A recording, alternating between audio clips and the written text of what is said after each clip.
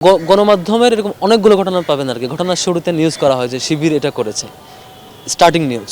তারপর যখন এটা তদন্ত হয়, এটা রিপোর্ট হয়, পরে রিপোর্টার পাবলিশ করে না। আমি উদাহরণ দিই, আমাদের রাজশাহী বিশ্ববিদ্যালয়ের সালেহি ভাইয়ের কথা বলি। সালেহি ভাইকে নিয়ে বেশ কিছু মিডিয়া রিপিটেডলি হেডলাইন দিয়ে নিউজ করেছে সে হচ্ছে অমুক হত্যাকাণ্ডে জড়িত।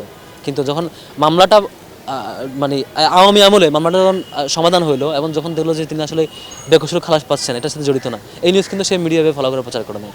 আপনি দেখবেন, আমি মিডিয়ার নাম নিচ্ছি না, তাদের প্রতি সম্মান জানিয়ে, যে মিডিয়াগুলো কোনো ঘটনা ঘটলে কাউকে অভিযুক্ত করবার জন্য এটা একদম ফার্স্ট পেজে নিউজ করতে পারে এবং এটাকে শিবিরকে ট্যাগিং করার জন্য। কিন্তু এটা যখন আবার দেখা যায় যে শিবিরে কেউ এখানে জড়িত না, তখন এটা আর ফলো করে প্রচার করে না। এটা কেন? আমি আগেও যেটা বলেছি, শিবিরকে যারা আদর্শিক শত্রু মনে করে, শিবিরকে যারা মনে করে যে শিবিরকে ট্যাকেল দেওয়া দরকার, আমাদের ট্যাকেল দিতেই হবে, এটা সিদ্ধান্ত নেয়, তারা অ্যানালাইসিস করে শিবিরের বিরুদ্ধে কোনো ক্রাইম পায় না।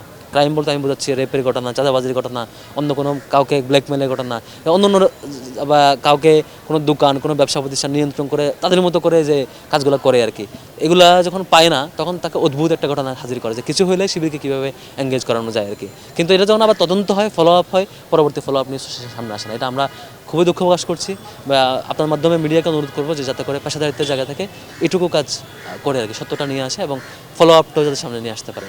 এনজিওর কিস্তি প্রথমবার বিকাশ পেমেন্ট করলেই 20 টাকা ইনস্ট্যান্ট ক্যাশব্যাক। তাহলে আপনি বলতে চাচ্ছেন শিবির আসলে কখনোই সন্ত্রাসী? কখনোই না। এগুলো ওই যে শুরুটা এভাবে প্রচার করা হয়, কিন্তু পরবর্তী যখন আমরা চ্যালেঞ্জ করি, এর আগে আমাদের অনেক কেন্দ্রীয় সভাপতি সংবাদ সম্মেলনে প্রেস ব্রিফিং করে জানিয়েছে যে আমাদের এগুলোর একটা প্রুফ দেন, আমরা একটা ডিল করব। কেউ কোনো প্রুফ দেয় না, শুধুমাত্র এরকম কিছু নিউজ, শুধুমাত্র প্রথম নিউজটাই হয়, পরে আর কোনো এটার হচ্ছে ফলো আপও হয় না, আমাদের চ্যালেঞ্জগুলোকে গ্রহণ করে না, এরকম হয়েছে আর কি। মানে অধিকার প্রশ্নে সবার জন্য কাজ করবে, শিক্ষার্থীদের সবার জন্য কাজ করবে, কিন্তু স্ট্রাকচারাল জায়গা থেকে এটা ছাত্রদের জন্য স্পেসিফিক আর কি। স্ট্রাকচার, সাংগঠনিক স্ট্রাকচার ছাত্রদের জন্য এটা স্পেসিফিক।